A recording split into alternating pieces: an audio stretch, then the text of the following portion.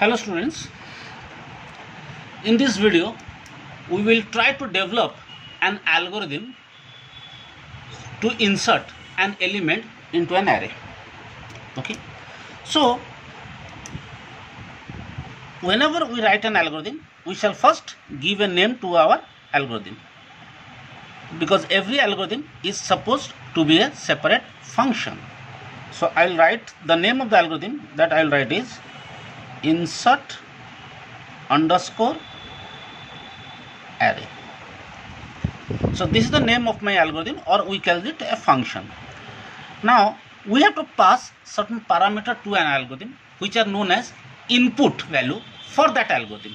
So what we need, this algorithm requires what is the name of the array where we have to insert. So we will say name of the array is A. Then the algorithm also required what is the total number of element currently present in this array. So we call it n. N means the number of element currently present in the array. Then we need one more thing, that is item. Item means it represents the data that we want to insert. So that will be supplied to the algorithm. And finally we need p. P means the position. So here I just write the meaning of this name. A means name of the array. Name of the array. N means number of element currently present. Item means data to be inserted.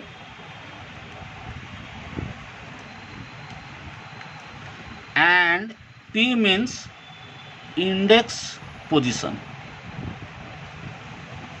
where new data will be inserted.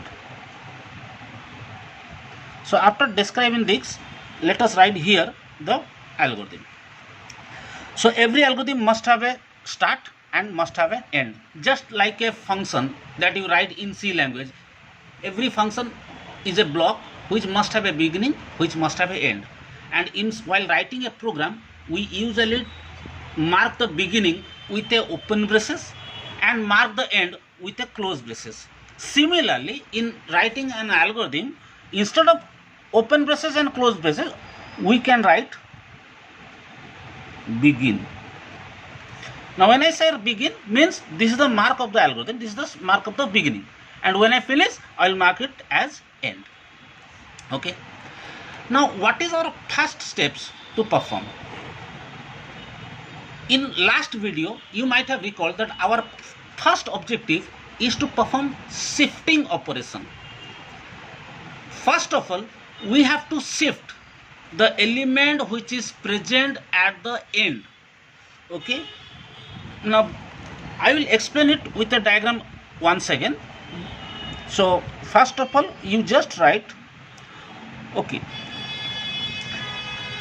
before shifting, let me tell you one thing. Before shifting, we shall verify whether P is a valid position or not. So you can simply write if value of P. How do you know that whether the value of P or position is valid or not? See, if there are 4 elements, then value of P, that means the point where I can insert, must be anything between 1 to 5. 1, 2, 3, 4 and 5. We cannot insert an item at position 6 if there are only 4 elements. Otherwise, the consecutiveness property will be violated. Okay. So I will say if value of P greater than n plus 1. N means the currently how many elements are there. If it is greater than n plus 1, then insertion cannot take place. So I will simply say, I will simply print a message, print invalid position or index. This is the message I shall have to print. And then return. Return means my algorithm will stop. Okay. So when I started if, every if must ends with an end if structure. End of if, that means this is the beginning of the block and this is the end of the block. Now otherwise you don't need to write else, because if it is false, my algorithm will jump to this particular step. So here I will write our normal steps. Now what is required?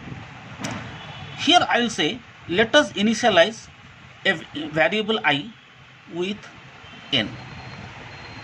Now why it is required? Now I means I am just using some reference index. N means number of element, and the index of the last element is also n. If there are 4 elements, the index of the last element will also be 4. So what I have to do, I have to shift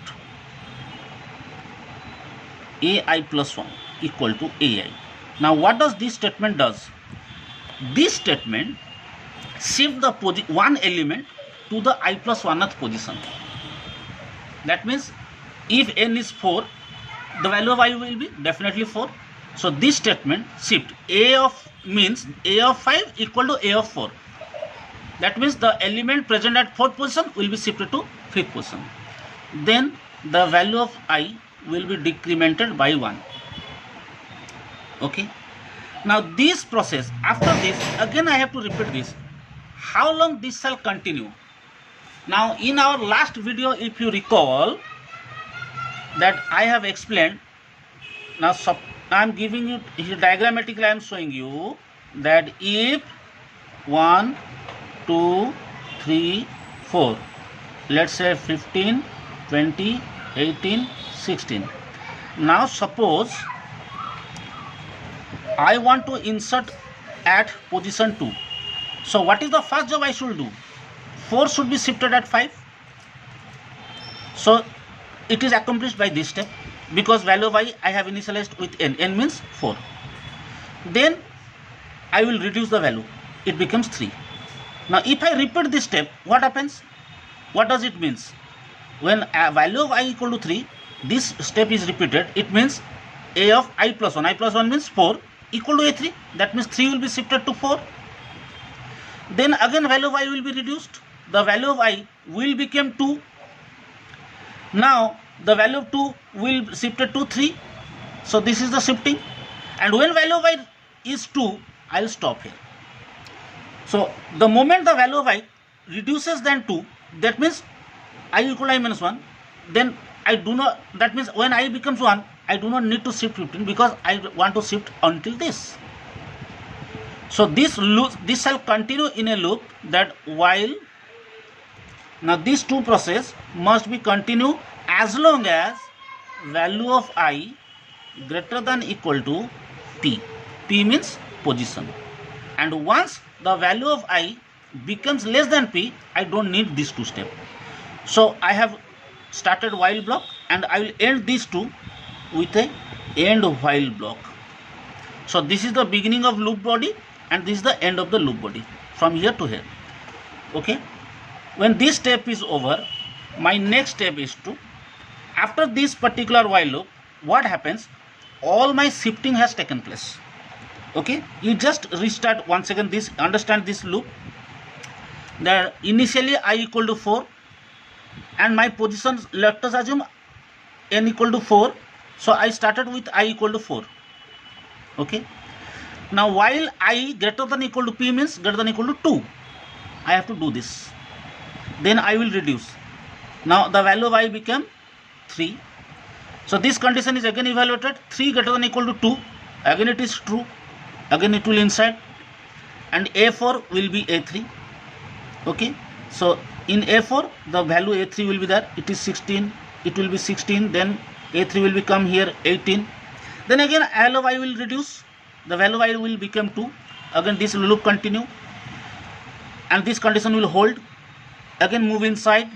A3 equal to A2. That means in A3, A2 will be shifted, so that this value will become 20. And now when I reduces, I become 1, and this condition will be false. I will jump over. And finally, after this end of while, what I have to do? I have to simply write a of p. A of p. P means what is the value of p? That is 2. That means at 2 position I have to insert the new item. Let us store item. Item means the data item that I have to store. Okay, insertion is over. After insertion, one element, number of element incremented, because earlier the number of element was 4. In this example, the earlier number of element was 4, 15, 20, 18, 16. But once I insert something at here, the number of element will incremented. So in order to reflect that, I will write n becomes n plus 1. That means the value of n is incremented. Now it becomes 5 for this example. Got it? This is my algorithm. I started with beginning, then I will end it with end. You got it? So this is the complete algorithm. Okay. So with this we conclude insertion algorithm in an array. In our next class or in our next video, we will discuss about deletion operation, and then we'll see some programs. Okay, thank you.